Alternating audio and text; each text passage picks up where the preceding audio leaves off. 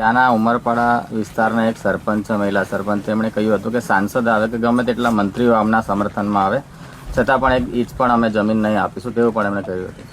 જો આ તો છે ને, આ મેં જે વાત કરીને આ કોકનો આભાઈ હાથા બન્યા હશે. ઉમરપાડા તાલુકાની અંદર આવું સ્ટેટમેન્ટ આપનારા આ કોઈને હું તો કહું જંગલ ખાતાના અધિકારીનો જ હાથો બન્યા છે. ભાઈ કે આદિવાસી તરીકે આવું ના બોલે. તમારામાં આદિવાસીનું લોહી હોય ને તો એ આદિવાસીની પડખે હોય, ના કે જંગલ ખાતાની પડખે હોય. અને આ જે જમીન છે જંગલ ખાતાની વર્ષોથી જંગલની જમીન ખેડે છે સાગબારાના લોકો, એ રીતના પેલા લોકો પણ ખેડે છે ઉમરપાડાવાળા. તો ન્યાય તો બધા માટે સરખો હોવો જોઈએ. અને બીજું સાગબારાના લોકો પાસે જંગલની જમીન છે એ છોડાવી અને ઉમરપાડાના આદિવાસી અથવા તો બીજા આદિવાસી તો મળવાની નથી, એ જંગલ ખાતું લઈ લેવાનું. તો તમે કોને મદદરૂપ થાવ છો?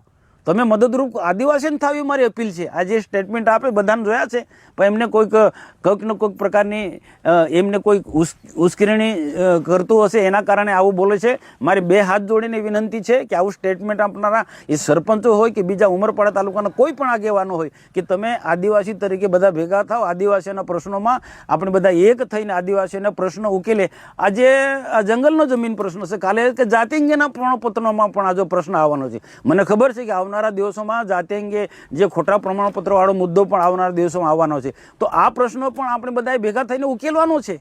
બાકી આ અંદર આ રીતના લડીશું તો આવા બધા પ્રશ્નો ગૂંચવાશે છે. તો આવું જે સ્ટેટમેન્ટ આપનારા ઉમરપાડા તાલુકા હોય કે સુરત જિલ્લાના બધા જ લોકોને મારે નમ્ર વિનંતી છે કે તમે સાગબારા તાલુકાના જે ખેડૂતો જે છે 20 વર્ષથી જંગલની જમીન ખેડે છે એને મદદરૂપ થાવ. અને બીજા રાજકીય આગેવાનો પણ એમને અપીલ છે કે ભાઈ આને રાજકીય મુદ્દાથી નહીં જોવો અને એને આમને મદદરૂપ થાવ. અને આમના માટે જ્યાં પણ તમારે ભલામણ કરવાની હોય એમને ભલામણ કરો.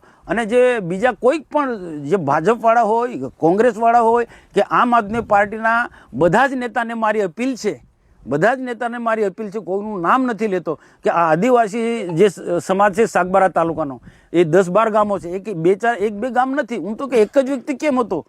એક જ વ્યક્તિ હોય તો પણ એને એક આદિવાસી તરીકે આપણે મદદરૂપ થવું જોઈએ. આદિવાસી નેતાઓએ આમાં મૌન ના રહેવું જોઈએ, આદિવાસીના હક અને અધિકાર માટે બોલવું જોઈએ. હું મારું સ્પષ્ટ માનવું છે. કહી રહ્યા છો કે સાંસદ નાટક કરે છે. આજે મનસુખ વસાવા ત્યાં ગયા હતા અને મનસુખ વસાવાએ એવું કીધું કે હું રાજીનામું આપી દઉં જો ખરેખર આદિવાસીઓને તેમના હક મળી જતા હોય. એટલે સરકાર સામે લડી તો રહ્યા છે, કમસે કમ ભાજપમાં થઈને પણ લડી રહ્યા છે.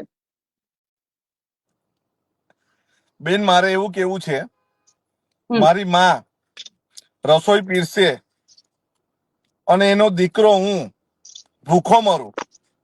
સત્તાધારી પક્ષ માં મનસુખભાઈ છે અને ગુજરાતમાં અને દિલ્હીમાં પણ ભારતીય જનતા પાર્ટીની સરકાર છે, છતાં પણ મનસુખભાઈના વોટર્સ, એમની પ્રજા ભૂખે મરે છે.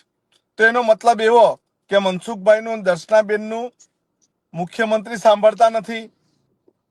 અત્યારે અમારી સરકાર હતી તો અમારે ધરણા પર જવાની જરૂર નથી. અમે માત્ર ટેલિફોનિક વાત સીએમ ઓફિસમાં કરીએ એટલે અમારું કામ થઈ જતું. વાત એનો છે આદિવાસી અધિકારનો છે. અને જો આદિવાસી અધિકાર માટે સરકાર તૈયાર નહીં હોય તો મનસુખભાઈ રાજીનામું આપી દે. તમને લાગે છે કે મનસુખભાઈએ આગળ વાત કરેલી છે? જો કરી હોત તો કદાચ સમાધાન આવ્યું હોત, કે પછી ખરેખર મનસુખભાઈ ત્યાં જઈને ખાલી ખેડૂતો માટે એમના ફેવરની વાત કરે છે પણ સમાધાન નથી આવતું? મનસુખભાઈ માં તાકાત છે કે નરેન્દ્ર મોદીને બી મળીને વાત કરે. મનસુખભાઈ માં તાકાત છે કે મુખ્યમંત્રીને દબાણ કરી શકે. અને મનસુખભાઈ માં તાકાત છે કે જ્યાં સુધી આ પ્રશ્ન હલ ન થાય ત્યાં સુધી ખેડૂતો સાથે ભૂખ હડતાલ પર બેસે. એમનું સરકાર નથી સાંભળતી. ચાલો, હું આનંદ પટેલ વિપક્ષનો ધારાસભ્ય છું, મારું નથી સાંભળતી તો ઓકે, બરાબર છે. પણ મનસુખભાઈ તો સત્તાધારી પક્ષના સાંસદ છે, પણ એમનું બી સરકાર ની સાંભળે તો એમણે ખરેખર રાજીનામું આપી દેવું જોઈએ.